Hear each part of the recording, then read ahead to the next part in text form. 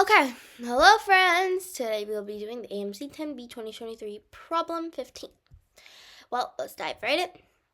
The problem states, what is the least positive integer m such that m times 2 factorial times 3 factorial all the way to 16 factorial is a perfect square? The thing I want to mention are a couple of points. So I'm going to start with the fact that m is a positive yet the least one that we have to try to find.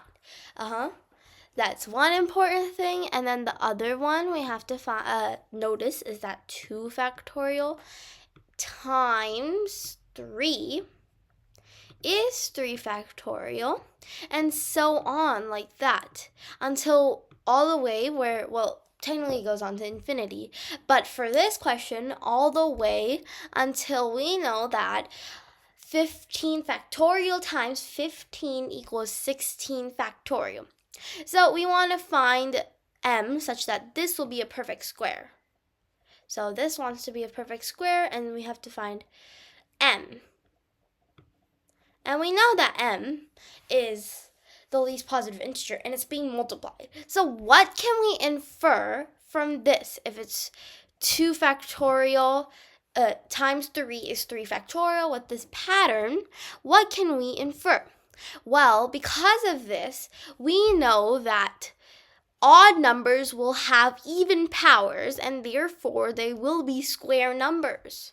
Because 3 squared, obviously a square number. 3 to the power of 4, 3 to the power of 2 squared, so that's a square number.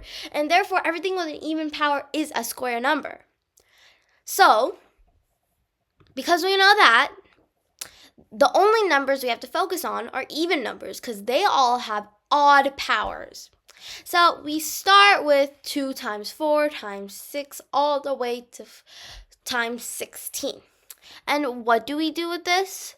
Well, for starters, I just want to mention that we don't have to just be like multiplying all of this out. Don't just multiply. No. What you do is cross out all perfect squares. And I'm just going to write that down. So this is key because if we multiply all of it out, we won't even know what to, cross out. So that's why it's essential to start with crossing something out like this. And we can cross it out, okay? That's a good method. But in this solution, what I rather did was simplifying by crossing it out.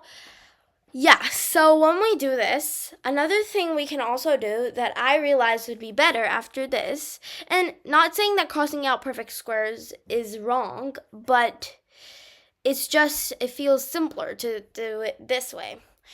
This all simplifies to 2 to the 15 times 3 squared times 5 times 7. And we know that we can just take out the 3 squared because we know that it is a square number since it has a square. So the things we have to multiply are, ignore the 15 because we only need 2 remaining, the 5 and the 7. So therefore, what we have to do is 2 times 5 times 7. And that will give us our least possible m. And this is 70. And that's our answer. M is the remaining non-squares, which are 2, 5, and 7. So therefore, it's C, 70. This one. So I hope you understood this explanation. I just wanted to let you know that our videos are not going to be longer than 8 minutes. So it's a nice short video for you to cover all these AMC topics and AMC problems. Like problems like these, they're pretty hard to understand without a little bit of guidance. And if we want to get these questions right on the actual AMC, because it's like question 15, then we're going to have to, you guys can always watch these videos to learn each kind of topic, but just know that each of the video topics we cover will only go so far in the 8 minutes. However, we will cover a lot of topics, but there's always more to explore. So with that, I leave you. I hope you understood everything I taught today, and this is HDMC Math, and we're done.